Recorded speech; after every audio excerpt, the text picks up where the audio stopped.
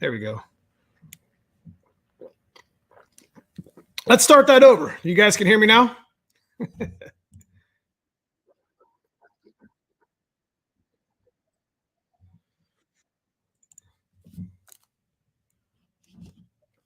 So I got another mic here. You can see if it's too loud, I can turn it down. If it's sounds pretty good, let me know. Um, what is going on here? All right. Anyways, let me start this over again. This is our Sunday live stream. I ain't seen you guys in a couple weeks. We figured we would start a week off with a good live stream that seems kind of like I like to do like a themed live stream. You guys all know. You guys have been on the channel long enough. Today we're going to be talking about the 10th thing, like a pre, engine checklist. Do you see what I mean? I think let me check my internet here. Just want to make sure. If you see the little circle, whatever buffering, don't worry about it. It'll come back. The weather's been getting kind of bad here in Ohio. It's dropped like 30 degrees in the last 2 hours. So got some wind and rain. But anyways, I always like to do like a themed live stream. And a couple weeks ago, we did 351 differences with 351. And we talked about some of the differences when we were swapping from a 302 to a 351. This week, we're going to be talking about some of the checklists. We're going to go through some of the experiences I've had with the foxbody Mustang, with the 351 and the 302 in specific. You guys with the Coyote swaps, you guys can go ahead and chime in on some of the items that you should look for when you go to put, before you get ready to fire it, or when installing the Coyote swap, whatever, like maybe pre-checklist or whatever. So thought that would be, this is inspired by one of my channel members. One of them spoke in our channel member chat. I said, what kind of live stream you think you guys want to talk about? And someone had brought up the idea. It was like, well, what about like a pre-checklist before you get ready to fire an engine? So I thought that was a really good idea. And I made the thumbnail last week because I was going to actually fire this off last week, but I decided to go ahead and just stick it out for a week and, let Easter be. So big shout to my guys in green. Appreciate you guys every week. We do have a new member this week. SN95 Garage just joined the channel membership at the highest tier too, the unsung hero. So man, I appreciate you, SN95 Garage. I do believe he does have I think you're the one that's got the YouTube channel. There's a couple of them that has SN95 in it, and I think that's one of them. Big shout to the guys in green. If you guys don't know what the channel membership is, check out the join button below. I'm never afraid to talk about monetization on YouTube, especially channel members. It's a monthly subscription to get extra content on the channel. So I do appreciate the guys in green who do that. Just like, it just basically gives something back to your favorite channels and lets them, bring more content to you. So anyways, big shout. I want to talk about some of my sponsors real quick, and we will be talking about that. We'll be talking about that first. Excuse me. Handle Motorsports in the house, Tremec, McLeod, Stiflers, Team Z, and now Viking. We got a number of sponsors here on the channel that is super appreciated. So I thank you guys all. Anderson Ford Motorsports, MAF Racing, Cragen Automotive with Dave Dahlk, Mad Scientist. Guys, the list goes on. I mean, it's just, I can't thank those guys enough for being part of the channel and doing what they do for us. So without further ado, I know I talk fast. I want to talk about, what was I just going to talk about? Current events, where we've been and what we've been doing the last couple of weeks. So since the last time I've actually live chat, we've actually made a trip to Team Z. If you guys didn't get a chance to check out Team Z Motorsports, the video, it wasn't a super fancy thumbnail. It was just like, hey, we traveled to Team Z and this is what happened. That experience was amazing. It was worth all 4 hours of the drive to get there. And they definitely took care of us here on the channel with the coupe build. They're all in on that. And I, super appreciate Dave and Sherry and Frank and Zig for what they've done here on the channel. Let me check my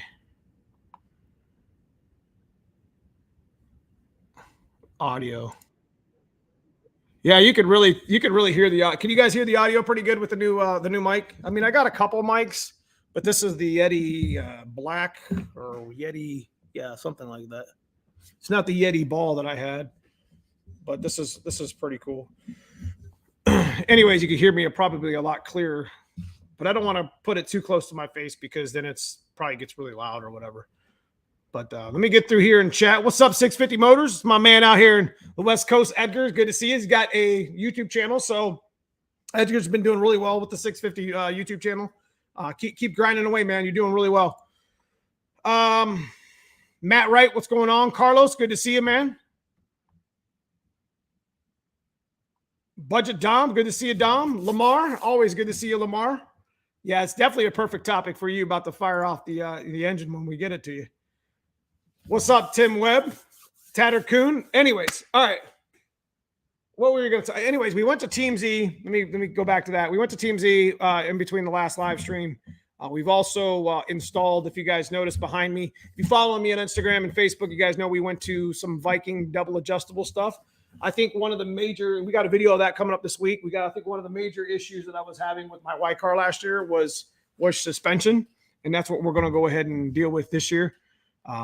On top of, engine installs, and that's kind of goes in hand and foot with the topic that we have at hand. So I'm going to go ahead and pull this whiteboard up here, and we're going to go ahead and clear it off. Like I said, we always have a theme, usually with live streams. I'm going to try to make it so you guys can see it. So I do apologize. I got a really nice light that sits right here. It kind of glares. So, if I try to position this to where you can see it, it's kind of tough. You know what I mean? You should be able to, can you guys see the writing there? Or do I have to make it like a lot bigger?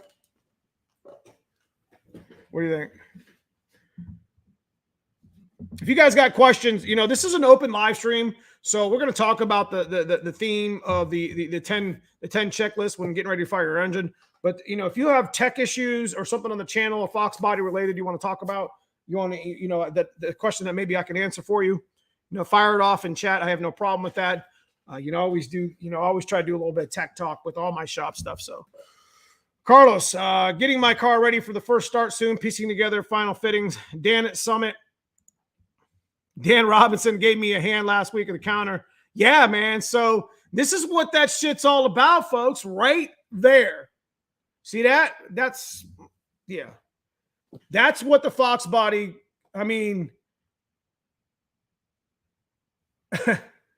that's what the Fox Body channel is all about. I try to do as much how to listen. The stuff that we do on the channel, I try to make it exciting. I try to make it a little bit of, relevant, but clickbait, but relevant. You know what I mean? And there's nothing wrong with that. I'm not going to, say, hey, watch me run a 7-second pass and then talk about a distributor. You see what I mean? I'm going to make stuff that's relevant. And to be honest with you, Dan Robinson has been on the channel for a number of years, or probably for about a year now or so. He's also a guy that I met at Summit that loves Mustangs. So it's really cool that, I'd like to talk about him here on the channel because he's been at Summit Tech for like 8 years. And not only did he recently, another channel member here on the channel, he got a job for the fella. But, when he's helping people on the channel like that, I appreciate you, Dan Robinson, for what you do, man. I know you're probably not here in chat yet, but, if you do, shout out to you, brother. That's what it's all about, helping another Fox Body guy out. Super Dave, man, I appreciate the $20 super sticker, man. Thanks for everything that you've done. Probably one of my biggest donators to the channel right there. He's also very, very active in the members chat when I'm talking about, what thumbnails and talking, because these guys get to see some of the stuff that you guys don't. So, this past week I've been posting we've been posting pictures about like my install behind us. So they've already kind of got a leg up on what's coming in this week. So appreciate you once again, Super Dave.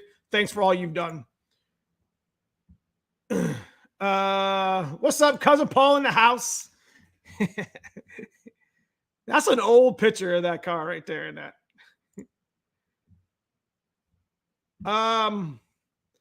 Sandy's here. Good to see you, Sandy. Hey, y'all. It's been a long time. That's right. Smurfit from cousin Paul's wife. She's does a lot of video here for us on the channel too. So Matt Wright had a question. I'm having hood clearance issues.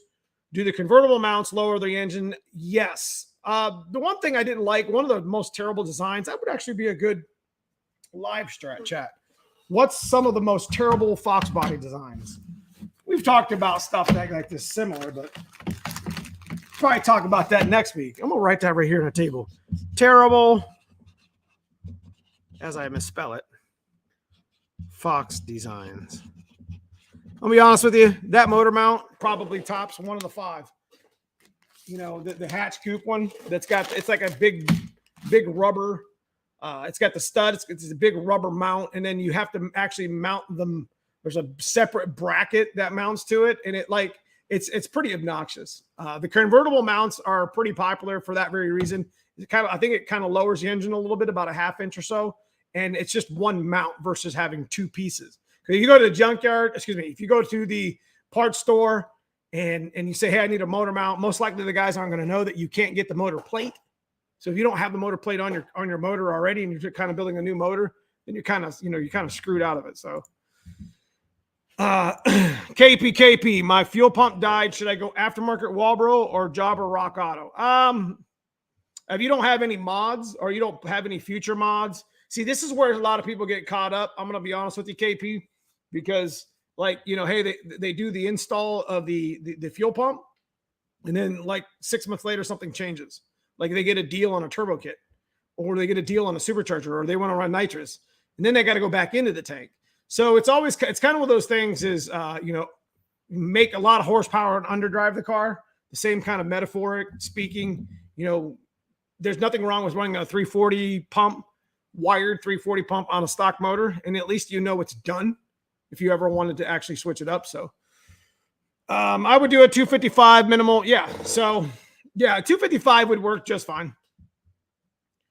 Good evening, Ken. Good to see you from Michigan. Fiberglass. Okay, so we're going to start this list, and I want you guys to be active as well in the list. So we're going to be talking tonight, and I'll answer as much questions as I can. I know I wasn't here last week, so some of you guys had some questions for me that I haven't seen yet. So I'm going to try to write big so everybody can see it. I don't know why I'm using brake cleaner for dry erase, but that's what we do. Brake cleaner cleans everything. Yeah. What's up, Colin Watson? What's up, Robert? How much, John, how much boost did the car that made 535, 575 on the old video? About 14. I don't think we've ever went over 15 pounds of boost on stock motors.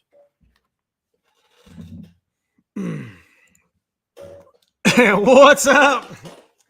Big shout, big sponsor on the channel. The number 1 sponsor on the channel right there. Top 10. I'm going to start out. Can you guys see that? I'm going to try to make it, a big writing, so I'll probably take out both sides. So when you guys get ready to fire your engine, and I'll try to answer as much as I can. And, what's up, everybody? Sorry if I missed your chat. Listen, number 1, check your oil, right? But I'm going to throw a caveat at you. Make sure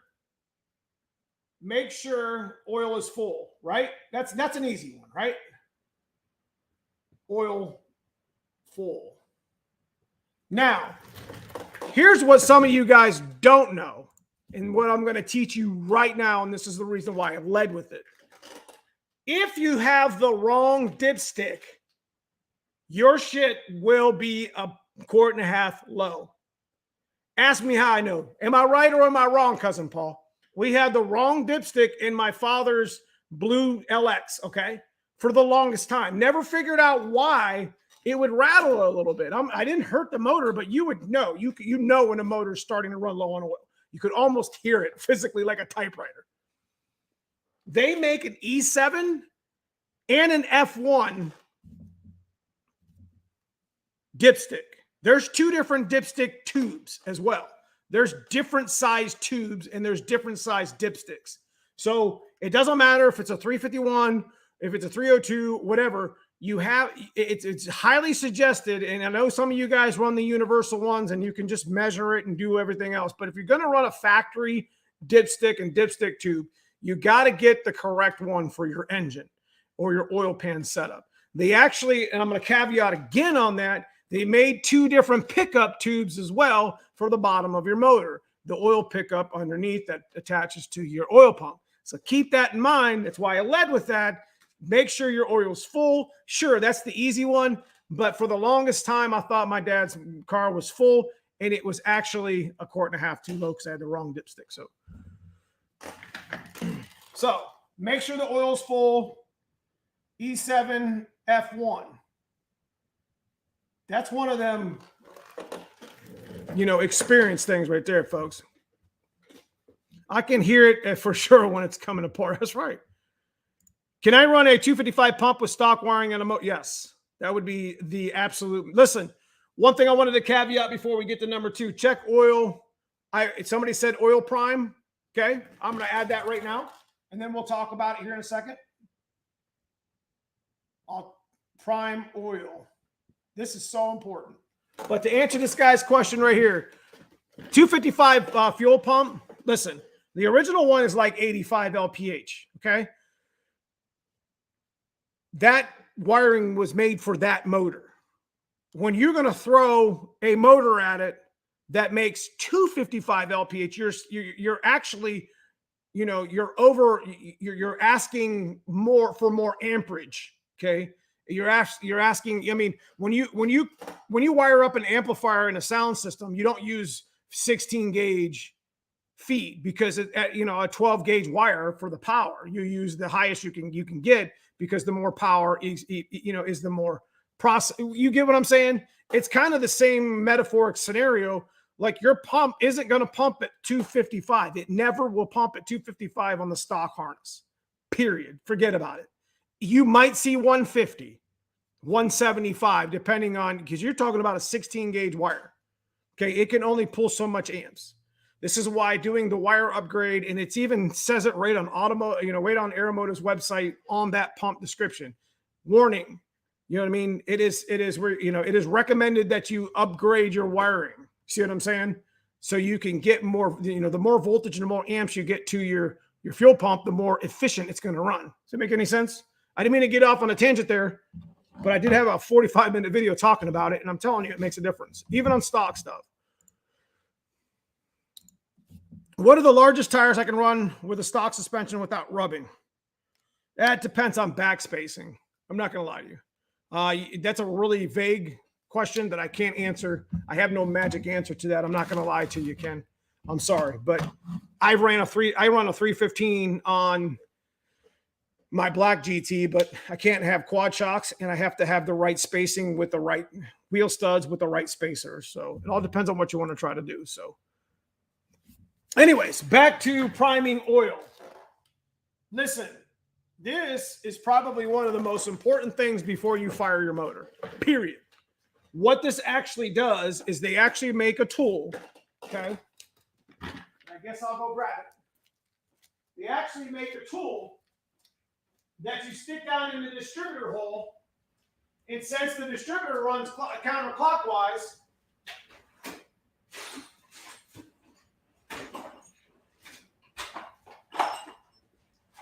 then so shouldn't this. It's probably you can get this tool at AutoZone. They can't mess it up. Can't mess this up. You just put it on a drill. Yeah. Oh, there's actually a little spacer. Here it is. Oil priming Ford. You can actually put this thing on it, and then it connects to your drive shaft, your oil pump drive shaft, counterclockwise on a drill, prime a motor. If you got a mechanical oil pressure gauge, or if you turn your key on, you'll be able to see actual 60. I think on a fully charged DeWalt drill, I think I see 75 PSI through the motor with oil. And you don't have to have it on there a long time. All you're basically doing is getting all the oil through nothing. You're eliminating dry start. Because dry start can already start, bearing failure right off the bat. I don't know if you guys knew this or not, but in a production block, the way it was worded to me, and and I'm pretty sure, you know, Hanlon and Bob over there listening can attest to this. I think the production oiling systems, it takes about 10 seconds for oil to completely go through your motor. So when you start your car and you need to shut it off, you start it and shut it off, start it and shut it off, you're not really doing your motor any favors. When I start my cars, I always let them run for about 15 or 20 seconds, and then I'll shut them off. You see what I mean? So it takes a minute for that stuff to get through your engine. Priming your engine before you fire it through the distributor hole at least allows it to get all the oil to all the moving parts. That way, when you go to fire it, or if you're having an issue with getting it started, it's not on the right tooth with your distributor. Just, you know, I don't have the right firing order. There could be 1,000 things that would keep the motor from starting. At least you know the motor got oil and it's ready to fire. You see what I mean? So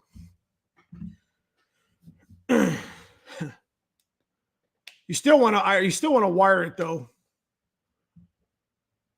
Yeah, I made one from an old distributor. Yeah, so you could do that too. One of the little cheat tricks you can do is distributors have a if you take the cap and rotor off and you take the gear, you can actually make one of those tools with a distributor. So I like to see the oil come up through the push rod. Right. It takes a minute though. I mean, you gotta hold the drill on there for.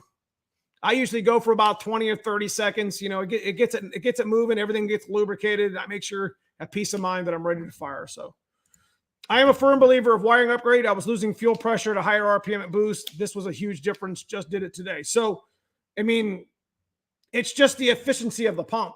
So what you did by wiring that pump is you actually, it's almost like upgrading your pump. If you use stock wiring on a 255, you see what I mean?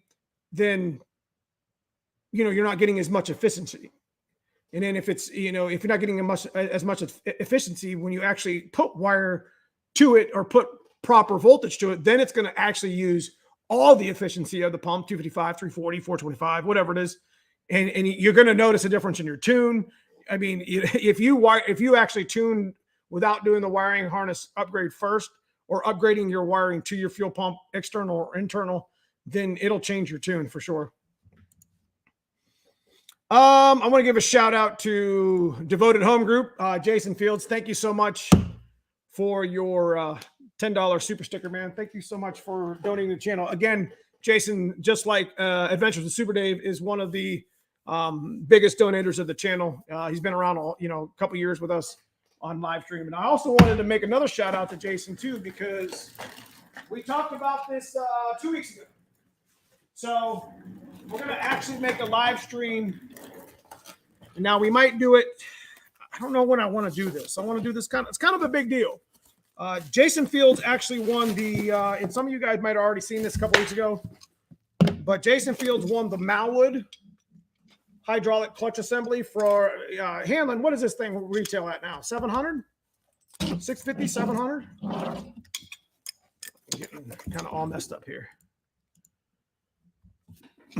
So he won the hydraulic clutch pedal assembly by Malwood, and he got it from Fox Days of Christmas and decided that he didn't want to install it. So instead of selling it, which he had more the right to do, it wouldn't have been upset at one least, he decided to send it back to us here on the channel, and he wanted me to give it away on a live chat. So we're going to kind of make a big deal about this. This is not a cheap item. And if you were thinking about switching over to hydro clutch, we will probably be giving this away very soon on a live chat.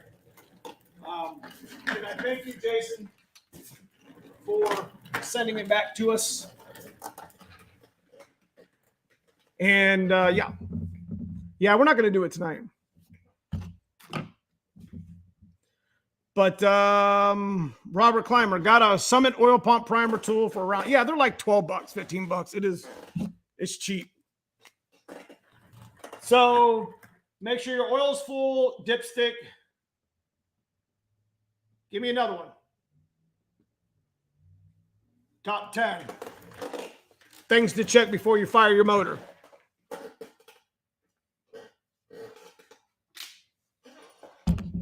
Does that clutch pedal need a hydraulic slave cylinder run?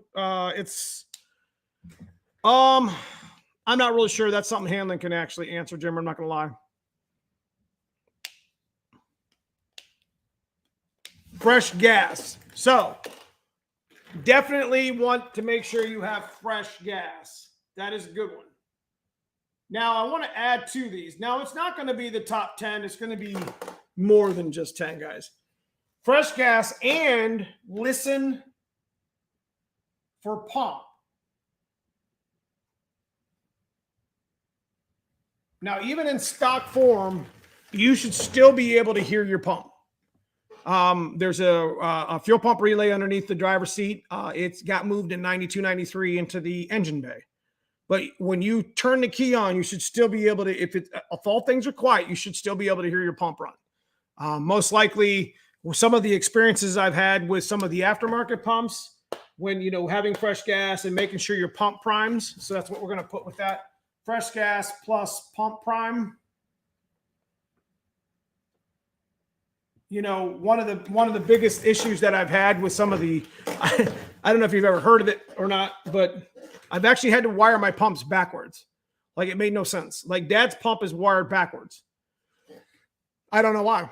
You wire it where you think the signal and ground is, and then it doesn't pump. It pumps backwards. It's crazy. But I've seen that happen before with some of the manufacturers of some of the older pumps, especially the Walbro GSS versions. It's like, you know, as soon as you flip the polarity, boom, pump works. Piston and rods are now in. Bobby is mumbling Danny about getting that gap.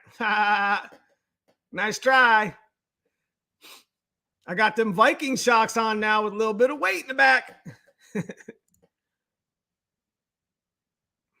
Treetop Tom, what's up, Dan? Been chatting for this one. Been waiting for this one for what got. What's up, Dan? And chat. Been waiting for this one. Hope we get some good info here tonight. Yeah. So dipsticks, we were talking about Treetop Tom. We were talking about the different dipstick sizes, making sure that your oil was full. Obviously, that's an easy one. If you know, it's easy to overlook the fact that you may have the wrong dipstick in. So just, you know, you want to use the proper dipstick and dipstick tube, because they made two different lengths. Priming your oil is very important pre-fire. You know, we had talked about that a little bit. You know, if you know, you don't want your motor, especially if you just now firing it, it may not run right off the bat. Somebody said fresh gas, and I added priming, making sure the pump, you know what I mean? Making sure the pump's kicking in. Tim, I forgot to ask you if he tests boost vacuum leaks and compressor air or a smoke machine, and how often. I don't actually have a smoke machine. I'm not going to lie to you, but I don't have a whole lot of vacuums either. And that's actually the next one I'm going to talk about. This number 4, vacuums. This right here shuts down more builds, you know, and it makes people scratch their head because they can't figure it out. Guys, if you're not running smog, I don't even think if you're running, if you're not running smog, the only vacuum you really need is your fuel pressure regulator, and help me out here. Fuel pressure regulator and if you're running a speed density, you need to run it to the map sensor. You definitely need to get a vacuum to your heater box, because your heater box has a switch on the firewall that actually holds vacuum while the car's under load. I don't know if you guys knew that or not. So that needs a vacuum. You don't need a whole lot of vacuum. Your EGR needs a vacuum if you're still running some sort of emissions. There's just one of the biggest problems with Fox bodies right now, when you're modifying them, stock form or not. These little plastic vacuums that they've ran for years are now starting to get so brittle that they can move a little bit and crack and break open. And then you got a vacuum leak in your motor. Vacuums are probably number one thing. And we're talking about on your intake. If you've deleted a lot of these items like smog and maybe even AC, or you don't even run a heater box, some of these little vacuum trees that are attached to the other parts of the back of your intake will cause havoc. And you'll be scratching your head forever. You're like, I can't figure out why it's running rich and high idle. And then you'll go messing with the TPS in the throttle position and all this other stuff to try to correct the problem, when the problem was some broken ass little, vacuum that was sitting over on the wall that didn't even going in anything. You see what I mean? So vacuum is probably the number one. I'm talking about EFI guys now. I'm talking to you EFI guys. And, the carburetors, I think some of the carburetor still has a little bit of vacuum issues, that you have to be mindful for, like the Advance and such. But, I'm not a carburetor expert, so I won't go into that. So, but EFI guys, vacuums will shut you down. Brake booster leaking. The brake booster is just a big vacuum container. And it's just like, they get rotted underneath. It's like kind of one of those areas that you need to check all the time. It'll get rotted underneath, and then it'll be break open, and you don't know if it's leaking there. It's just hateful. You see what I'm saying? So there's a lot of things to keep in mind when we're talking vacuums. I mean, it's literally one of the biggest advocates. If your EGR is actually bad and the diaphragm's bad inside the sensor behind the throttle body, I've seen that thing literally make engines run like crap. Because the diaphragm's faulty and it's leaking and it's sucking all the vacuum out of the motor. It's crazy. So let me go back through here. If you're reusing old push rods, check them, make sure they are not bent. That's for sure. Make sure you disconnect fuel while priming for oil pressure. You mean with the tool, or you're talking about with the key? Anybody have any issues starting with open headers? Yes. Your car will go limp mode. There's an actual mode inside of your computer built into all A9L, A9Ps that will literally run the motor on no sensors. It will still run the motor. Will it run? It has a default table in its stop tune that will bypass and start shutting things down. When you have O2 sensors, speed density and or mass air, you kind of want to have those things hooked up when you go to fire your motor. Otherwise, it's probably going to run pretty rich, because I think that's the stop tune runs on like 10 to 1, 11 to 1 fuel ratio and like no timing. So it's not really your benefit. Check your battery. We're going to be talking about that. We'll see you, Sandy.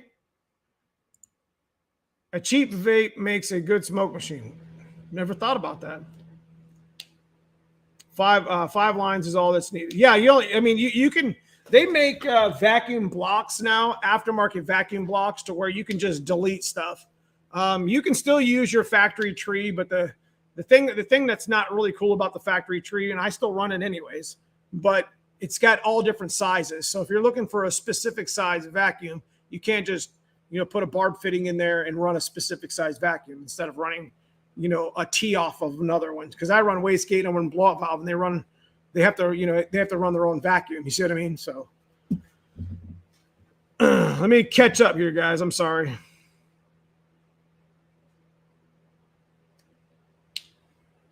That is no doubt, Tim. It's always something.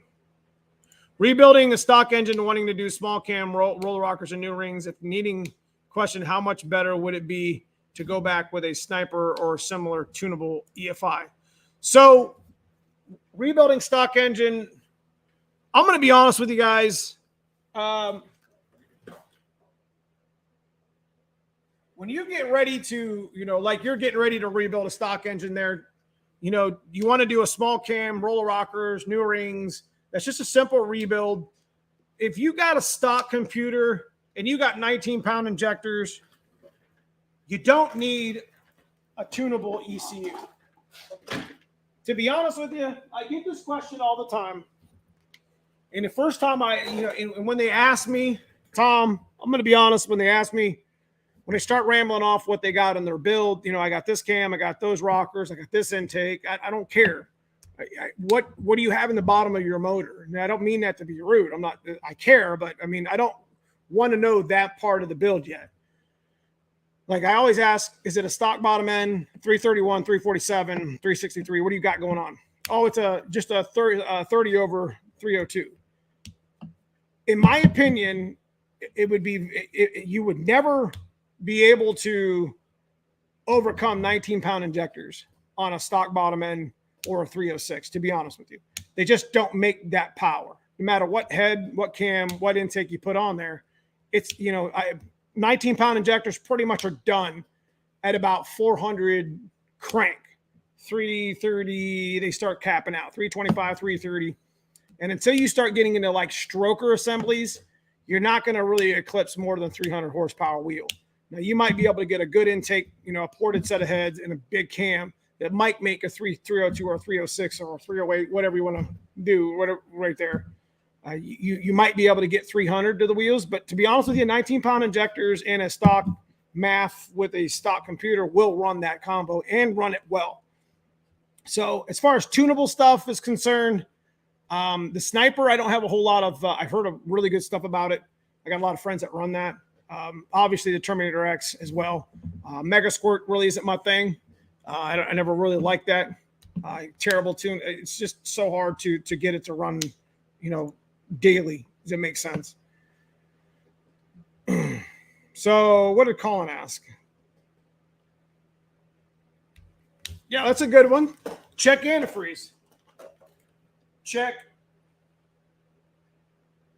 antifreeze. Now, when you're getting ready to fire a motor, they have these yellow, like big, like half-gallon, like attachments that you could put on your radiator.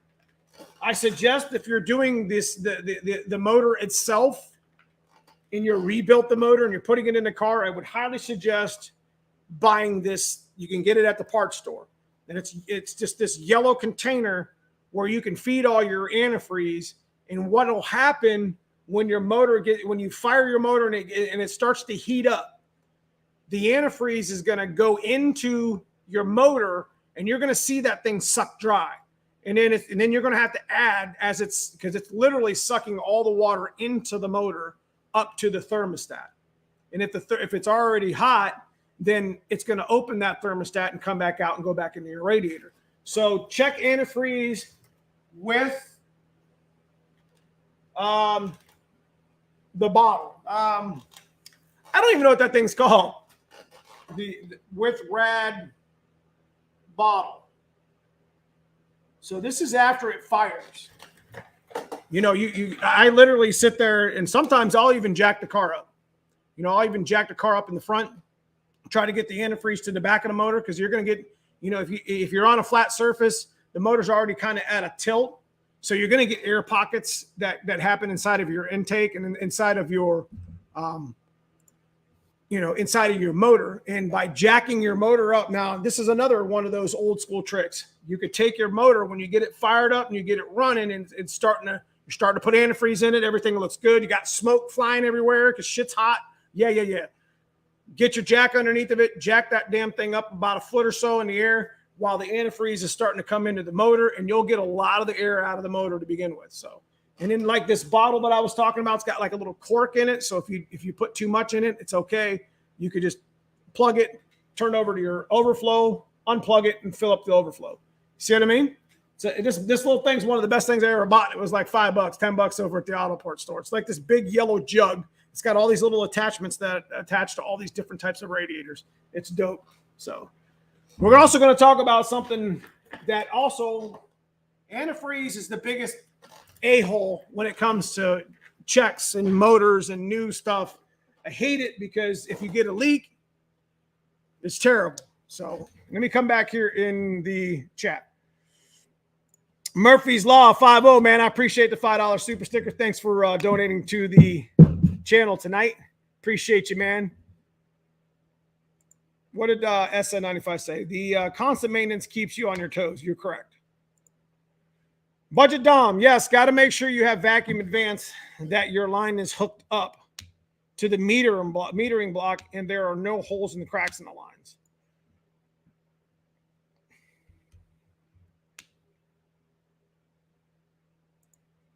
Oscar, since we're talking about engines real quick, what engine are you going to put in the black notch? The 363. We introduced the fact a couple weeks ago. I did a video on the 387 is going to come out the 387 was going to go in one of the another car that was coming to the channel, but that didn't end up working. The car's still coming to the channel, but there's a different engine going in that. That's very similar. It's actually being built right now, but not by me. The 387 is going down in the black car, the black turbo car, because the 363 that's in it's coming out to go in the notch. However, the notch is over at fabrication. We've just got it painted this past week. It's done. I've already nicked it. Congratulations, right? Nicked it right in the edge of the fender. Complete accident, but of course it always is, right? Beautiful paint job. It went straight. We had it for 2 days. We got all the parts from Team Z last week, which you guys seen the video of. And to get you caught up a little bit, Team Z really hooked it up for us here on the channel. So another big shout out to Dave and Sherry and those folks over there. They got a great thing going on there at Motor Shooter Fab. So long story short, it went to McBride Racing, where you got to TIG these. It's a chromoly cage. And you don't really want to MIG chromoly, and I don't have a TIG, and I should probably learn. But I'm going to have the whole cage TIGged in as long as the front core support. So I'm sorry I went on a tangent there. Overflow tank. It's no spill. Can you do that from the overflow tank? You talking about the radiator tub? No. I wouldn't do it from the overflow tank. Now, I would put enough antifreeze to half fill the overflow tank. Now, keep in mind, the overflow tank, 96 ounces. It's almost a gallon. You almost have a gallon of antifreeze in just that stock overflow tank. And if you can help it, trust me, keep the stock overflow tank as much as you can.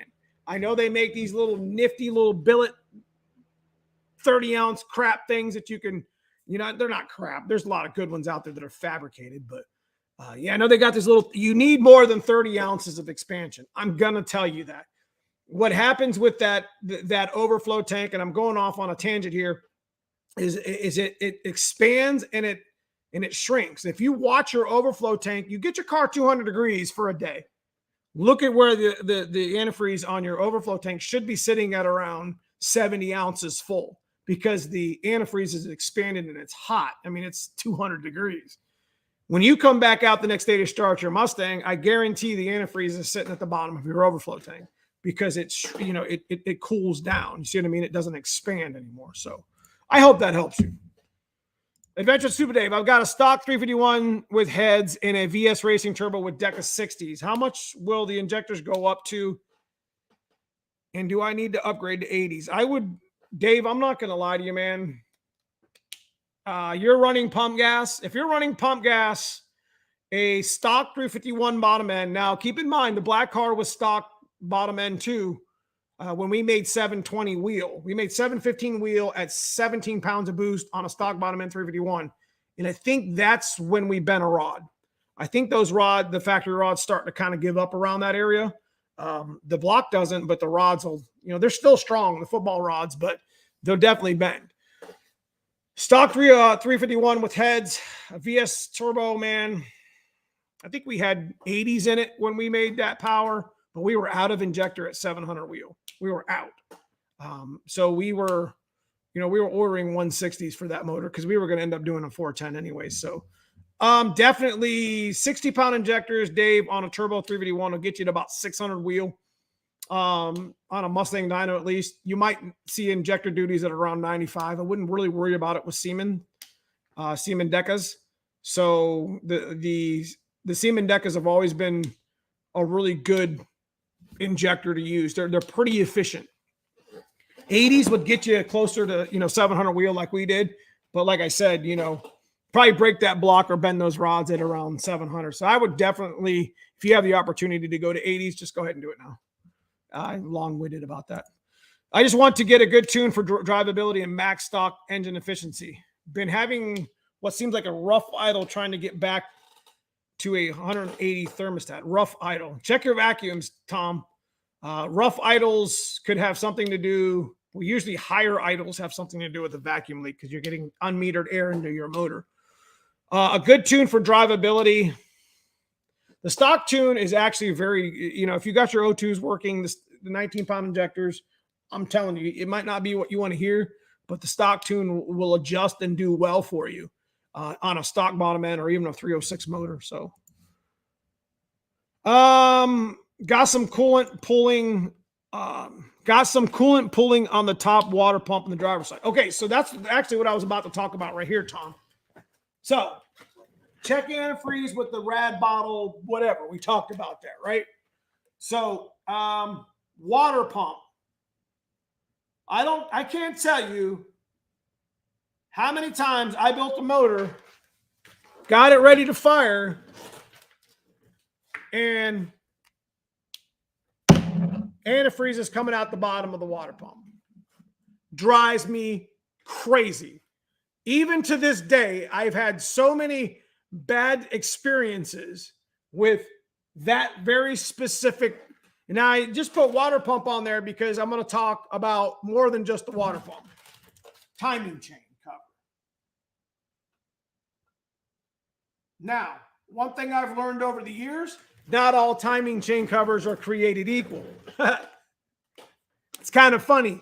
They had an E3 AE number. They had an E5 AE number, an E8 number in the F series, which is in the 90s.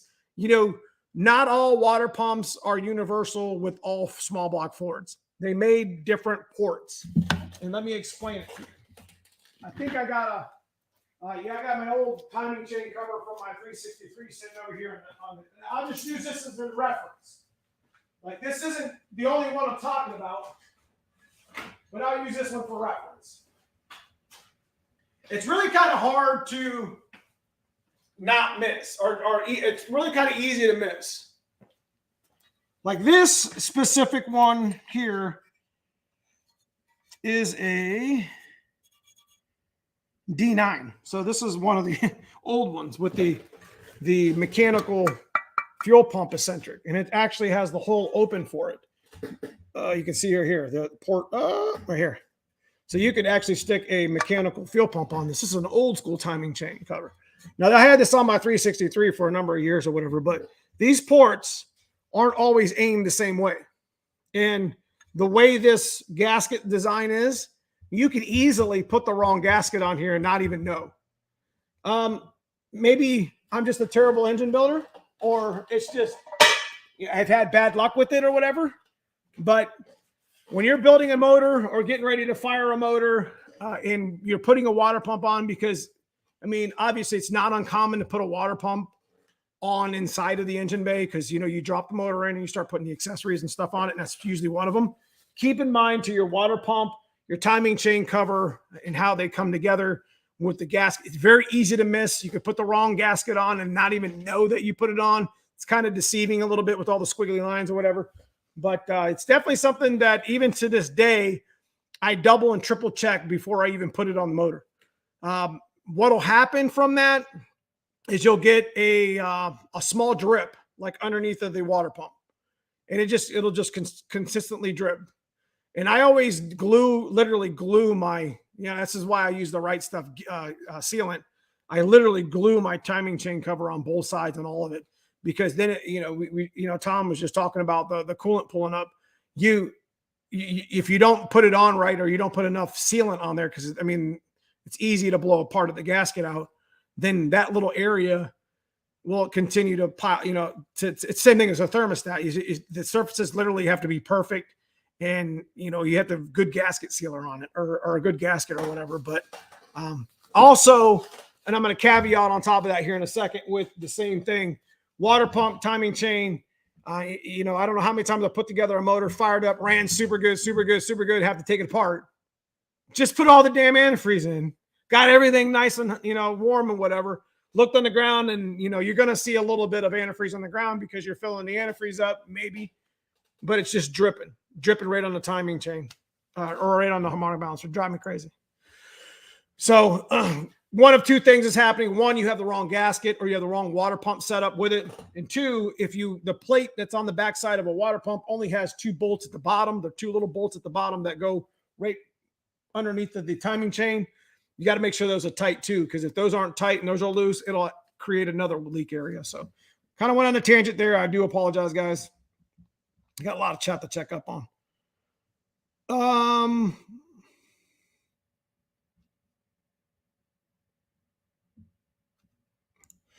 not sure. Thanks for okay. Tattercoon, I usually drill a small hole in the thermostat. I always do that. So on top of what I just talked about with the water pump and timing chain cover, let's add thermostat to that. I don't expect you to go out there and pull your thermostat and drill a hole in it, but drilling a hole in it does. And if you notice, some of the newer thermostats already have like a little peacock or whatever they want to call it, the little thing bobber. I just snip it out. They actually have little holes drilled into them anyway. So I always like to drill a little, a little hole in there so air can get out of the motor and actually get into your radiator and leave through your overflow tank, because that's one place that air leaves your engine. So thermostat, we're going to add thermostat to that, making sure that you put the thermostat on correctly. You know what? I'm going to actually add that because I think that's a whole nother topic. So number 7, and we're going to go more than just 10. I'm not really worried about a number. We're going to say thermostat. This is another one that's a pain in the ass. Thermostat. Do yourself a favor and make sure that you put the thermostat in correctly. One of the things one of the items that I don't have a problem with the thermostat anymore. I've made peace with it. What I've done is I actually would, you got to make sure you got it aimed the correct way. Number 1. Number 2, I actually put a little bit of Right Stuff because I use this gasket sealer called Right Stuff. It's like the only shit that I've ever used. Here, I'll show you here. It's ultra black. It's pretty easy to get. It's at the parts store. It is what it is. And of course, I don't have any here. I got some here, but it must be over here on my transmission bench.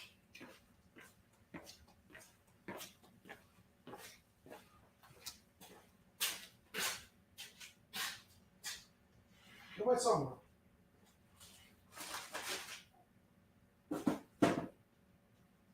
Anyways, I use it's called the Right Stuff. It's ultra black. I don't know where I put it. I really don't.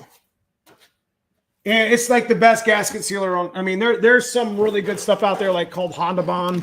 That stuff's crazy. I always use the copper stuff for anything hot, like header gaskets and such. Anyways, thermostat. I always take a little bit of gasket sealer and I'll set the thermostat in the recessed area inside the housing, and I'll let that dry. That makes life so much easier when you're installing the thermostat because it's glued into the thermostat housing. And then you could put your gasket on it, put a small layer around it once it dries, and then put your gasket on it, and then you can put some on the intake or whatever, and then lock it down. It's a pretty good little setup. Does it matter what brand type of coolant you use for racing? I'm just 50-50, man. I'm not going to lie to you. Just green 50-50. Some people go all water. I want to hear anything that helps. Yeah, man, I appreciate that. I'm going to try to do as much as I can here, Tom. If you get a Holley ECU, you can get tuners remotely while you drive on the road. That's correct. There's also an adapter. I don't know if Dan's listening, MF Customs. There's actually an adapter that you can put in these Fox bodies now. It's got a little sub harness to it. So there's a little bit of hooking up. Probably not as hard as, it's probably the same as hooking up an aftermarket radio. But you can actually put an ECU, a Terminator X in your stock car with a stock harness and tune it like that. I don't know about the self-learning and stuff, but from what I understand, the adapter works pretty good. It's a little pricey, just like anything else is that's good. But, it's probably I haven't had a chance to test it. So it's something that I would be interested in doing, especially on my boosted applications, since I run A9L in my black car and my white car, and we pushed damn near 4 digits to the wheels on a stock harness and a stock ECU. I would be curious to see what that adapter would do with my harnesses and the way they're all set up with a Terminator X. I mean, am I leaving some on the table? Right. So, but that's an option too. I know it's, it's stock or any tunable ECU isn't cheap to begin with. The Anderson PMS used to be pretty cool. I don't know if anybody mentioned that, but it used to be $400 or $500, and it was pretty. I mean, that was what we had back in the 90s. Anderson PMS, man. I mean, you were able to tune your car more than the next guy who just all he did was bump timing and fuel pressure. So dropping the engine in, I bumped the header stud on fender and scratched. Needed paint as well. Man, I tell you what, listen, I set my fenders in GT50. I set my fenders inside of the coupe because I didn't have the, it was in shell form. And when I took it to McBride Racing to get the cage tigged in and the front tube put on, like I forgot that the fenders were in there. They were secured. They were away from everything that would mess with them. But somehow inside the trailer, they must have jumped or bumped around, and the one came up and barely tipped, ticked the edge and took a chip out of it. It was terrible. I had a local dyno tune my A9L turbo car, and it was a mess. Wasted money. I'm sorry to hear that. Keep going on tangents. I'm building a motor. Tidbits is awesome. I appreciate that, Skinny J. Hell yeah. D10s, man. I seen you up. You sent a message and member. You've been a member for a month or two. I seen that, man. I appreciate you continuing to support the channel. Well, thermostats already have a bleeder hole now. I just always be sure that the hole's on the 12 o'clock position. That is correct. That is correct. Just like, I got to pull my glasses on for this, bros. So he just said that, you want the thermostat little hole at the 12 o'clock position. If you do not have a hole in your thermostat, you can drill one, and it helps keep the air out of your engine. There's also something that I found on TikTok that I want to share here on the channel. And I will show you what I'm talking about with the thermostat while I'm over here. So we were just talking about thermostat. You know how much of a pain in the ass it is. Here's the recessed area. So you can see the little white ring in there. That's actually a recessed area. You want to stick a little bit of gasket sealer right here, and then stick your thermostat on the correct direction. Let that just kind of sit like this inside your vise or whatever. Let that just kind of let that gasket sealer set. It makes this so much easier to just be able to stick a little bit of gasket sealer around everything else. Gasket, put it on your intake. I don't think I've had a thermostat leaking forever since I started doing that. So, but anyways, apparently spray can. Right? Did you guys know this? Check this out. Spray can. SEM. This is what we use to dye some of our black interior, right? Did you know that black dot that you see right there on that rim, that you're supposed to aim the can and match the black dot? Did you know that? I had no idea till like 2 months ago. Spray can. See the dot on it right here? It's from the factory like that. That's apparently where the hose is at. And it's supposed to spray better. Did you know that? Isn't that some crazy shit? I had no idea. It's not on brake cleaner. I don't think that really matters. But let's check another can. Ain't that crazy? I had no idea until like a month ago. It was on TikTok.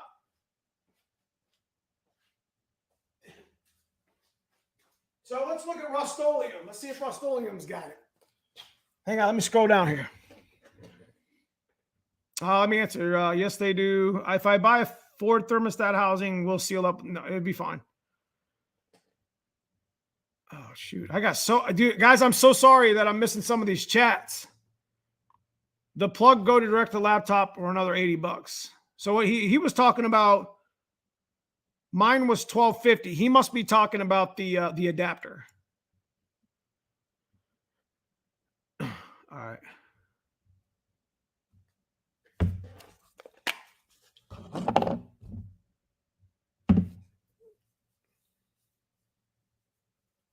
Oh shit! This has got to be a what? No way. There's a little mark on it. See the mark? See it? Like I'll aim the nozzle at it. Did you guys know this? Say what? Look, I'll aim the nozzle at it. See the mark on it? Inside the room? Did you guys know that shit was like that? What? It's for the best, I guess it's for the best spray pattern and the most efficiency of your spray cans. Obviously, brake cleaner is not included. Yep. I had no idea. I'd seen it on TikTok, and I was sitting there looking at the spray cans for a minute. And I said, you know what? I'm going to tell these guys here on the channel. It's crazy, ain't it? Yeah, that line is for best performance for paint and air. So you can use all the paint inside without using up the air first. There it is. Hell yeah. Never knew that with paint. I'm glad I do now. So, nice Gucci shades. Bro, this is where we're at right now. I mean, this StreamYard's killing me. This font is like 4. So, yeah, I had no clue about that. Anyways, let's get back on track. I apologize. So check your spray cans when you get ready to use any spray can. Check for a dot. I don't see anything on any of these brake cleaners, though. But I just checked. That's got me super. We'll finish this up here. I mean, we really got a couple more to go. Somebody come up with the next one.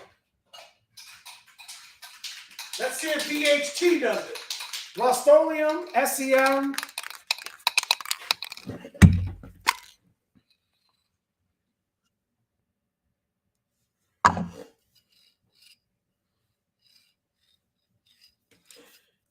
VHT ain't hip to the game, bro. They don't care about air or paint. It's not on there. Anyways, put the cans in hot water for a bit. The paint will spray and coat way better too. You know what? I seen somebody spray a random car with Rust-Oleum paint and used 4 cans, and that's exactly what they said. Put the paint in hot water or warm water, hot water, and line up the dot, and it'll literally spray way better than you've ever expected it to. So, anyways, my Holley Terminator X, my 86 GT was $12.50. Plus the adapter to go directly to my laptop was $80. Always good to learn something each day, man. I appreciate that. That's why we're here, guys. We're here to learn. We are here to learn. Anyways, let's go to number 8. Oil, prime, fresh gas, vacuums, antifreeze, water pump, timing chain cover, thermostat, firing order. Make sure you are on the right firing order. Boom. Firing order, super important. Now, that also includes having the wires. That includes plug wires, etc. Anything that has to do with firing order. 302 motors share the same firing order as a 351. 13726548. The older 302s, aka 85 and lower. I think HO started 80. No. I want to say it was a half year. Anyways, the old firing order 302s were like I'm not even going to Google it. I don't even know it offhand. I'm not going to lie to you. 154 something. Firing order is very important. Like if your distributor is calling for 13726548 in a clockwise order, you should probably have your plug wires 13726548 as well. Some people like to Google what's a 302 firing order, and they'll get about a gazillion answers. Of 302HO, 302HO, and a 351 share the same firing order. So make sure you hit that. Appreciate that. So 87 and up. Basically, guys, if it's a 302HO, that includes the Explorers, that includes the the Thunderbirds, the Cougars. If it's a Mark 7s, if it's a 302HO, it shares the same firing order as a 351, which is 13726548. So I think the 351s had that weird firing order too. Yeah, so some of them, Yeah. You're talking about the older 351. Somebody chime in on that. Make sure I'm right here, but I'm almost positive that the 351 firing order. Make sure your Fox body is 1372654 There is other firing orders, but this one is for Fox body 87 and up EFI. HO motors. A lot of people don't, you can get this pretty easily messed up. So we're going to also talk about the distributor. Very important. Distributor. I'm going to call it distributor clocking. Okay. You can be a tooth off. This is probably one of the biggest things. That's what I thought. Pre-rollers were all the same. Firing order depends on distributor and cam. Correct. Okay, so long story short, your firing order follows your camshaft, follows your motor. Roller cams are all HO firing orders. 1372654 HO motors. They did make, some standard, you don't really get into any of the older 302 firing orders much past 85, 86. It's a little gray area there, 87. But distributor clocking, and we're going to talk about that too. Distributor clocking is super duper important. I don't know how many times I've had to help people with timing. You got to get, the main thing is you got to get the top dead center. Okay. This is its own problem, because if you're not at top dead center and setting your distributor and you're a tooth off, your car's going to run like ass. Like, you can still kind of clock your distributor to make up for that 20-ish or so degrees that you're off, but it only has so much travel on top of the motor. I always like to look at it like this. When you go to drop your distributor and you're at top dead, verified top dead center on the stroke, then I always know I'm right, because I'm always pointing my rotor at the front intake left bolt, the lower bolt. Also, AKA number one. That's usually where number one is, give or take or whatever. Because you could still move your distributor a little bit to kind of manipulate that. But I always point the TFI at the water pump bolt. It's kind of hard to explain without showing you guys. And I don't have my extended thing on, or I'd come show you on my distributor on my other motor here. But long story short, let me see if I can find a water pump. It's kind of just rule of thumb with me. It's kind of the way I practice putting this stuff in. I'm trying to find a water pump back here. I know I got shit everywhere.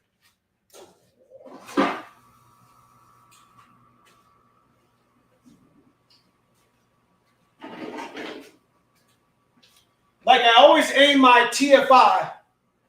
I got this old broken ass water pump here. Let me show you guys. I always like to aim at this bolt right here on the water pump. It's just one of the things I've done for years. TFI looks like this. It's like aiming in this direction. Okay. That way you got plenty of room here to change timing and plenty of room here to advance and retard the timing. I always aim here because your distributor is going to be over here. I know you guys probably not holding it correctly, but your distributor is going to be over here. Your TFI is going to be at an angle. I always aim at this intake bolt. Okay. And then my rotor is aimed at the top, at the intakes, front, passenger side, left, whatever intake bolt that holds it down. So I hope that helps you guys. Distributor clocking and finding the right gear. When you go to drop your distributor and you go to fire your timing, you got to take the, at least on the EFI, okay, you got to take the spout out. There's a little connector. There's a little connector that you have to pull out. Basically, it advances your timing and it uses the computer. When you pull this spout out, of the distributors of the factory harness, you're locking your distributor at a specific timing. That's how you set it. Usually motors run really well at 12. Some motors like to run 13 or 14 degrees. Now I'm talking about camshafts that are set straight up.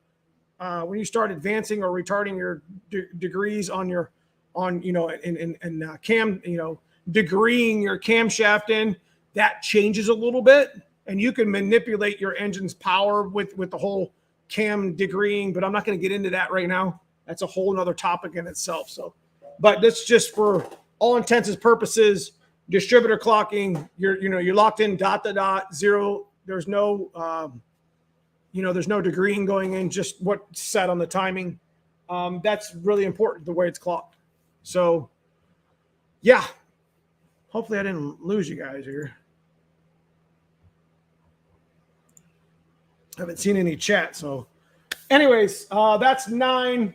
I think distributors probably one of the biggest hangups on top of vacuums. I would have to say vacuums and distributors are probably one that can create a gazillion issues that you would think would be something else.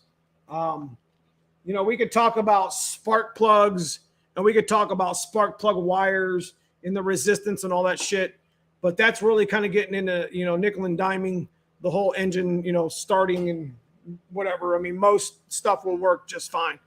Distributor, setting your timing to top dead center, verified, and getting getting set on the correct cam gear with your distributor, super important. Now I'm going to talk about something else that's going to be related to this. Number 10. This isn't the only one, but oil pump drive shaft. If your oil pump drive shaft isn't set correctly or sits in the hole correctly, your distributor will not fall. And this is something that needs to happen before the engine's put together.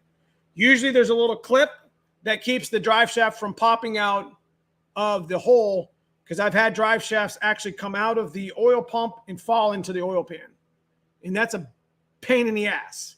That stuff sucks, because at that point, you probably have to pull the whole motor out to get the thing to set right.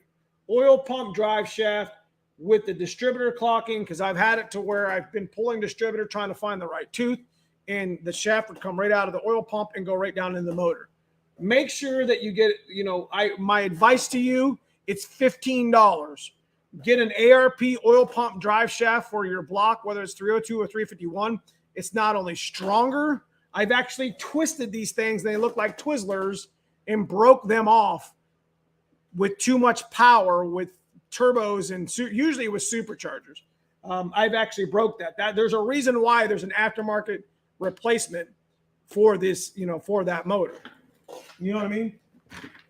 For instance, when I took Lamar Richardson's engine apart, that was one of the red flags of me taking the rest of his engine apart. Because, and you can see here's our ARP oil pump drive shaft, and you can see the little clip that keeps it from falling out of the hole.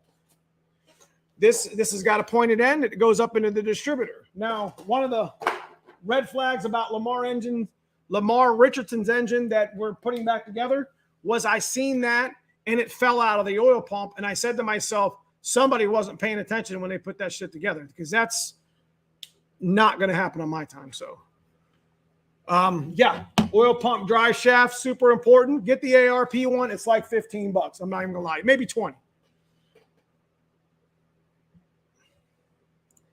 What is the best set of roller rockers and cam for a daily weekend? Use anybody input. So, to be honest with you guys, the best set of rockers I've ever used that didn't break the bank like Harlan Sharps does is the F3ZE 1.7 Cobra rockers. I know it's a little bit difficult to get them nowadays, but they're a 1.7-1.7.2 ratio, which everybody knows that brings your cam lift up a little bit. The cam, the valve train geometry kind of manipulates that a little bit. To be honest with you, that's what I would try to find if you can get them. They work really well with all the letter cams. The 1.7.2 rockers work super well with the GT40s and the E7s. I'm not even going to lie to you.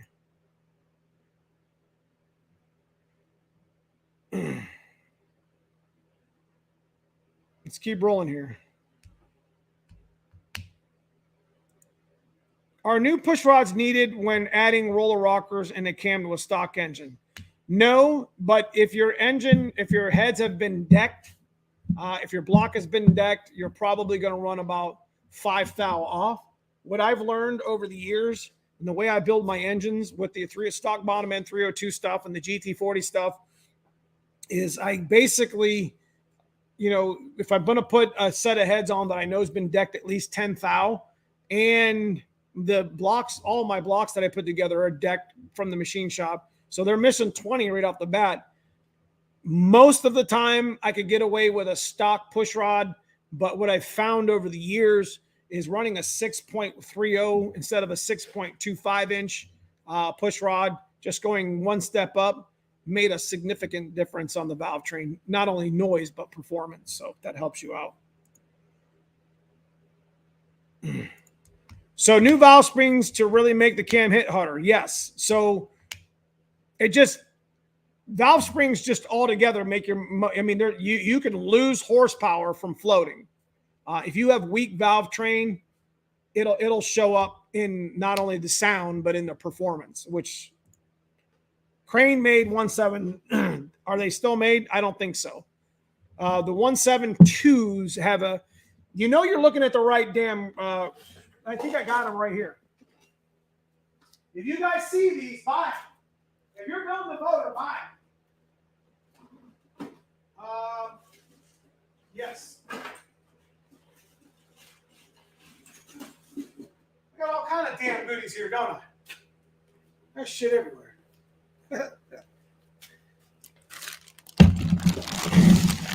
Yeah, I don't think Crane makes these anymore. They haven't for a while.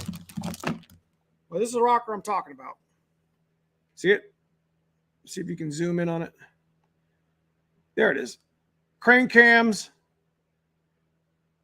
This is an actual original Cobra rocker. F3ZE 6529-AB. Probably one of the best rockers that you'll ever get for pedestal. This is pedestal mount though. This is a 1.7:2 ratio rocker. It's not a very, it's a couple of things you need to understand is these pins like to pop out. So you need to do maintenance on them. You need to check the rollers and such, but these are badass rockers. I love these things. Put these on E7 heads with a stock cam and change your motor. That reminds me of a push rod length checker. Listen, if you're just going to go up like Dom, you're going to probably need to check on those heads. Those should be done tomorrow. Me too, Neo. Mine didn't go down into the motor. Got lucky. Hell yeah. I'll message you on Facebook and get a quick list of things I should get to do a good rebuild upgrade. Okay, man. I have no problem with that.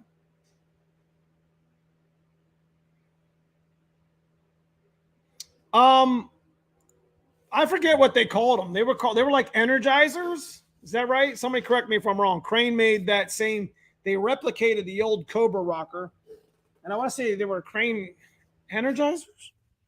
I can't remember. So they were a 1.7. I think the replica Crane rocker was a 1.7, but the original Cobra ones were a 1.7.2. I'm pretty sure. And if you do a quick mathematical, camshaft versus rocker ratio, it actually raises lift about 28 points. Not using, manipulating the geometries. That makes sense. So a stock cam would actually essentially hit like a B cam. It would hit something around 480. You could put them on B cam and make a B cam. Listen, B cam's probably one of the best camshafts, old world technology camshafts that you could ever put in your motor. It's got crazy good duration. It's got duration better than the F cam, if that makes any sense. That's why it sounds so well. Put a set of 1.7.2s on a B cam, it's nasty. It's Anderson N41 nasty. It's crazy good. Our 185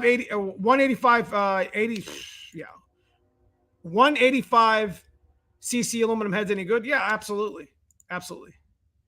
Yeah, I'm pretty sure I'm pretty sure they were called energizers.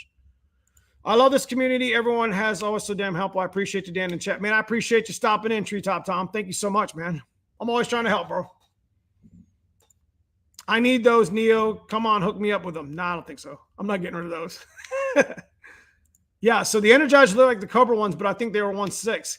No, I want to say that the extra ones that were made by Crane were a 1.7. The originals were a 1.7 too, so they were a little bit different. They were a little bit like the original ones made back in the 90s. And I think the original ones, like I have, had the F3 number on them. Those are actually the Cobra rocker. Those are actually the rocker that came on the Cobra motor, the GT40 motor. So in all intentions purposes, you could take a Explorer stock bottom end, which had the same pistons and rods that a 93 Cobra did. You could put an X3 ZE, or excuse me, a GT cam. Now, I have that here on the shelf. I would show you, but I'm not going to pull it out. Cobra actually had its own camshaft. The stock Mustang camshaft was Z and ZE. They made a mass air and a speed density version, and they both were 444, 444, lift duration, whatever you want to call it. The Explorer cam was 422, 448, which was not bad. That also was the 351 roller camshaft. Long story short, the Cobra camshaft had a different spec, and it had these cam rockers on it, or these roll rockers on it. And it had GT40 heads from the factory. So it was a pretty nasty little motor. If you wanted to build a clone Cobra motor, you could do that if you found these rockers, if you found a set of GT40 3-bar heads, if you used a stock bottom end or short block. Basically, the Explorer 96 motor was pretty much a Cobra motor. You just got to put a camshaft in it, put rockers on it, and put the intake on it. Legitimately, it's basically a Cobra motor. Not even gonna lie to you. 96 Explorer, early half year 97, with the 3-bar heads.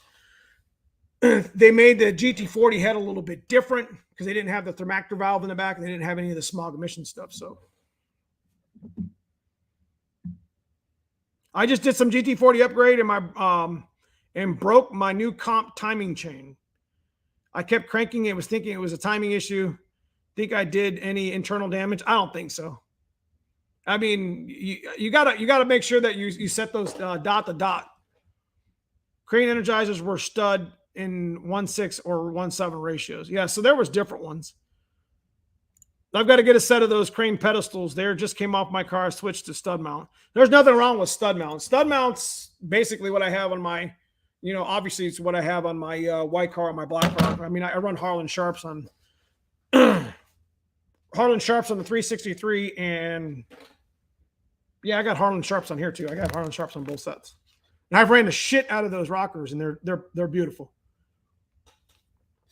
I mean, but they're also like $600. It's ridiculous. I still like my GT40 stuff, which we're going to be doing a coupe build here. We're going to be doing I don't know what I want to call it, like the clapped out coupe, or call it the coupe D, or whatever. Cousin Paul is going to be driving a coupe soon. It's that red one that I brought home. We're going to take Dad's driveline and put it in there. We talked about this for a couple months now, or for half a year now. My dad's getting too old to be driving around in the stick shift turbo car. So we're just going to stick an automatic stock motor back in the blue car, and we're going to kind of decommission it. And we're going to see if we can get the GT40, the stock GT40 motor into the 10s, in a full weight for the most part. There's a set for sale. 7 of those rockers for $100 OBO. Yeah. I mean, if you can get the old school 172s, man, that's where it's at, dude. It was an awesome experience taking my motor apart Wednesday and finding out that it was a Mexican block and I had new lifters. Wow. You got a Mexican block? That block alone's worth like $500 or $600. So if you guys don't know what a Mexican block is, it's an old, back in the 60s, when a lot of the way it was explained to me, a lot of the production stuff was being sent to Canada and Mexico and Cleveland Foundry. Apparently there was more nickel content used in blocks made from Mexico. So it made them essentially a little bit stronger. Does that make sense? So you hear somebody say, hey, I got a Mexican block, that means they got something from the 60s, or I think it was just the 60s models. There was only so many years. And then they figured out that they had made these blocks with a bunch of nickel in them, and obviously they were stronger or what have you. So what rockers do you have? You have 1.6. I think they're the Pro forms. I'm not going to lie to you. You have stud mount though. I think so. Look at your head. I have it all. You have stud mounts, dude. You have adjustables, Lamar. They work really well. Yeah, Harlem Sharps are definitely nice. So, all right. So if you guys got any other, I could just go on and on. I just figured I'd do this 10 here. I think that that pretty much sums it up. We could talk about, we can continue to talk about this at another day and bring this back up. You know what I mean? God, there's so many things I could talk about when building an engine, but I wanted to talk about things that you should check before you fire it. Let me think of some other stuff. Vacuums was definitely big. Distributor, definitely big. I got another one here. And my man 650 can attest to this. Belt routing. I'm going to end with this one right here. We'll add another one. Belt routing. Now, water pumps, when you order and put a water pump, make sure that they give you a water pump that's reverse rotation. Foxbody Mustangs, factory belt-driven water pumps are reverse rotation counterclockwise. Yes. Reverse rotation, whatever. So you could easily get your belt routing backwards. So when you fire your motor, what's going to happen is your motor's going to get hot and it doesn't seem like it wants to cool down. It'll just continue to get hot. That's because your water pump's running backwards. I helped 650 out not too long ago. Edgar, it was scratching his head, and I'm not calling him out here. I'm not saying that. He asked me for some help, and we basically ended up finding out that,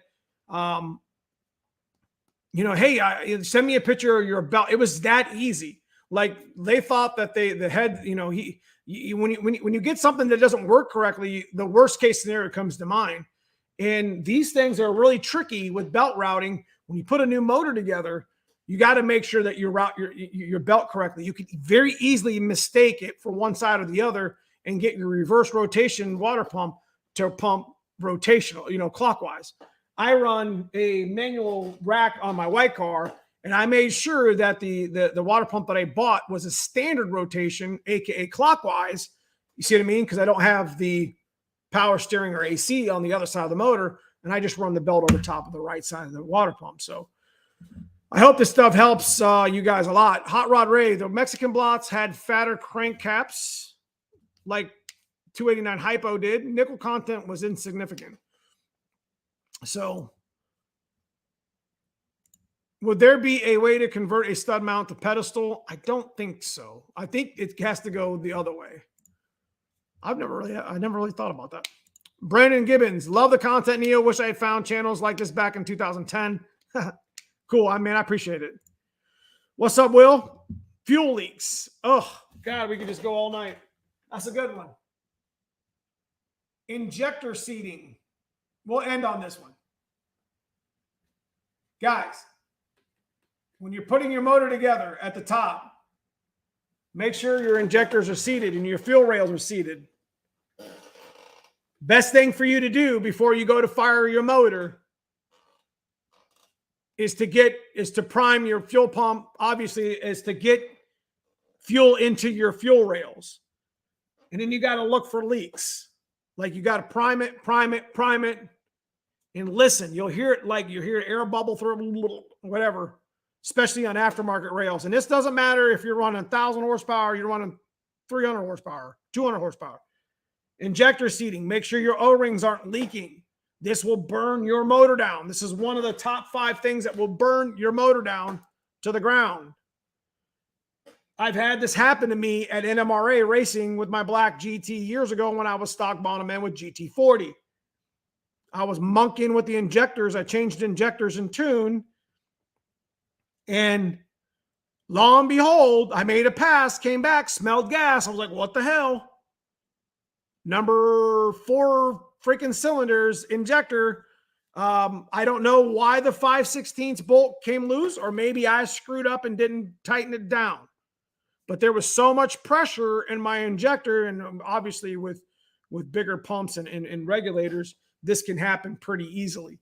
So I could have easily, number 4 cylinder, that's dry, that's passenger side fuel rail. That could have easily got all over my downpipe, burned my shit down. My black car could have been a thing of the past many years ago. Very, very, very important.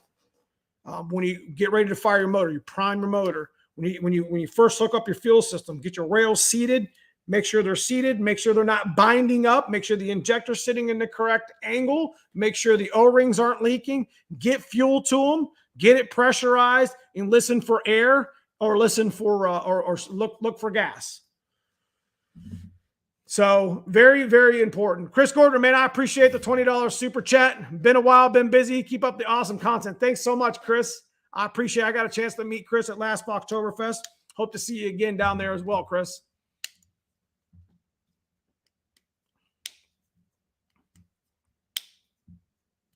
So anyways,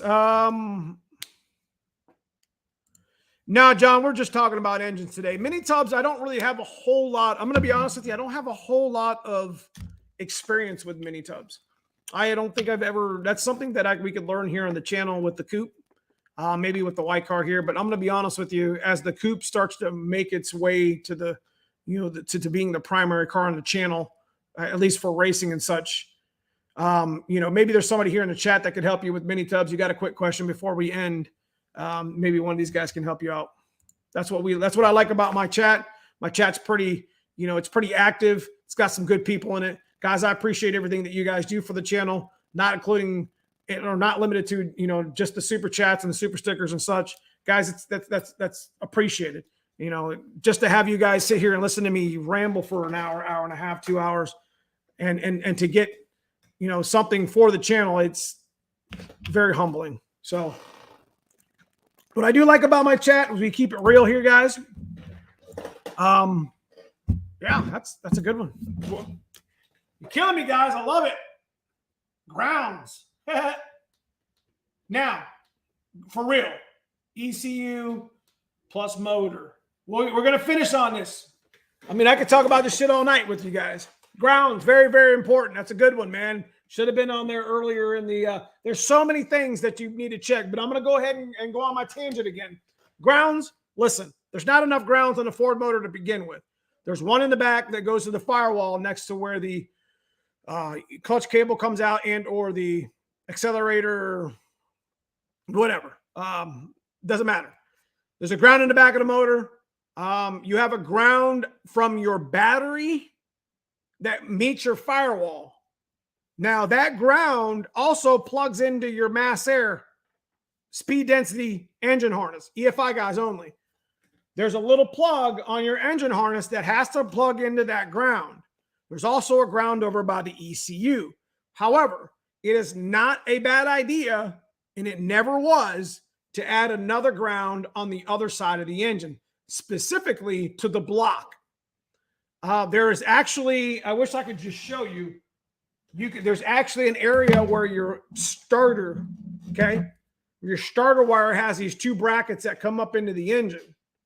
There's these 2 little shorty 5/8 bolts. If you look at your engine, you know what I'm talking about. There's just 2 metal arms that come up and attach your starter wire and your O2 harness. It's all attached together to the sides of your block itself. Those are perfect areas to put grounds to your block. You could just run it right into one of those bolts. Grounds, super duper important. That was a good one, Carlos. Ones that your ECU's got to be plugged in. Make sure it's not snipped, because a lot of the engine harnesses now got a little bit of fray going on and the ground isn't very good. Grounds always follow the path of least resistance. So the more you have, the better. So, and your whole car is just a ground by itself. So you got the one in the back of your engine. You got the one that goes from your battery to your block. and then you got that 10 gauge that comes off your battery and meets the actual engine harness at the fender well. It would not be a bad idea for you to add another ground to the other side of the motor on the passenger side, down by where the starter bracket, whatever, the starter wire arm. I mean, it's an easy place to put it, and you can just attach it to the frame rail or something up there. So I appreciate that, Tatter. Thanks for all the great information, and have a good night, man. I appreciate you, Jason Fields. Thank you so much for what you do for the channel, man. I'll look forward to seeing you as well down at Foxtoberfest along with Chris Gordner. It's good to see you guys here in chat and actually listen to me ramble for so long. So I sold my letter cam, claims they are junk. Anderson are better for sure. I got a Howard's. It just depends on what you want to do with them. I've never had a problem with any of the letter cams. I removed mine and went to strange adjustable coilovers. Check the UPR website. Okay. All right, guys. So I want to make a big shout to, we got a new top tier member, SN95 Garage. Big shout to Super Dave for the $20 super sticker tonight. Jason Fields as well for the $10 super chat. Murphy's Law for the $5 super sticker, and Chris Gordner for $20 super sticker. Guys, I appreciate you so much for donating to the channel, and so I can do things like we do here on the channel with the content and such. So, yeah. What we got coming up this week, I'm going to go ahead and end there. Guys, we went more than 10. This is some good shit. I super appreciate the channel members for reminding me of the injector seating and the grounds. There was definitely big things, especially pre-fire. Here's the list. I mean, I think you guys can see it. I'll hold it up here towards the end of the chat if you have not. If this should help some of you guys when you do pre-fire. Vacuums, vacuums are your biggest headache. Definitely oil pump, drive shaft, distributor clocking, getting the fire order correctly. You know, this ground and this injector seating stuff. I mean, grounds can cause all kind of problems, and injector seating can burn your damn car down. So, yeah. I appreciate you, FD. Well done, Neo. I enjoy your channel. Thank you so much, FD, for doing what you do and donating to the channel, man. Thank you so much. May skip Foxtoberfest. May take the beater to Ford Takeover. Yeah, man. Hell yeah. So, all right. Let me talk. I got a couple things. I got a couple maintenance things I got to do here. Ford Takeover. We are doing I am doing the Race Master promoter for the stick shift shootout. Something that Caleb Richards at Foxcast Media, in collaboration with his event, we are putting on a stick shift shootout. So I want to make a special shout out, and I'm going to say this until after the event. A special shout out to Tremick, Mike Kidd over at Tremick for sponsoring the event, as well as McLeod. They're coming in full force there to Ford Takeover. So make sure you guys bring some money for some merch so you guys can check out. There's going to be some really good vendors there, and the vendor list just keeps getting bigger. It's going to be a great event. We're going to send 16 stick shift cars down the track on full send on a hot Tennessee day. We'll have a great time. If you guys get in a chance to come to Ford Takeover, or if you don't, make sure you're checking your Instagram at Neo Mustangs, or you're checking Foxcast Media Instagram. I'm sure it's going to be live somewhere. So people are going to be running it live for the most part. I would hope that would happen at least. So Ford Takeover, that's where we're headed to in June 24th. So even if you can't make it, don't worry. There's going to be plenty of stuff that you guys get to see, and I'm sure you'll enjoy. But what's coming up this week? I've been working in this damn shop for the whole weekend, getting this suspension right. I got a no prep stick shift event, the first one of the year, coming up Saturday, April 22nd. So, keep me in mind, bro. It's going to be crazy. We are racing from the back of the track. So for those of you guys don't know what that is, when they call it a shutdown race, they call it back of the track race. Basically, we're racing on street asphalt, and it's going to be crazy. I didn't do so well in it last year, but I learned a lot when I was there, and I don't plan on being the winner either this year, but I definitely plan on competing and having a little good time and learning from my mistakes, because you got to fail to win. You got to fail. Am I right or am I wrong? You got to fail to get better. So it is what it is. So that's what's coming up this week. I got a couple videos with the suspension stuff. I got a video with the K-member one that you guys have been waiting on to see how many pounds is difference between the stock and the regular one. What else we got? We shot a video with the top 5 mods of when I dropped it off the McBride Racing for some people that may be looking for a list of stuff that they want to try to accumulate to build something like the coupe that we're building here on the channel. So got a lot of things going on, guys. And like I said, big shout to Team Z, Viking, Hanlon Motorsports for what they do, McLeod Tremec, Anderson Ford Motorsports, MAF Race, just so many different ones that I can't thank you guys enough. So yeah, I appreciate that, Tatter. So you guys will definitely, I'm going to probably bring you guys a vlog style video like I did with the swap meet of the whole weekend of us getting ready for the no prep.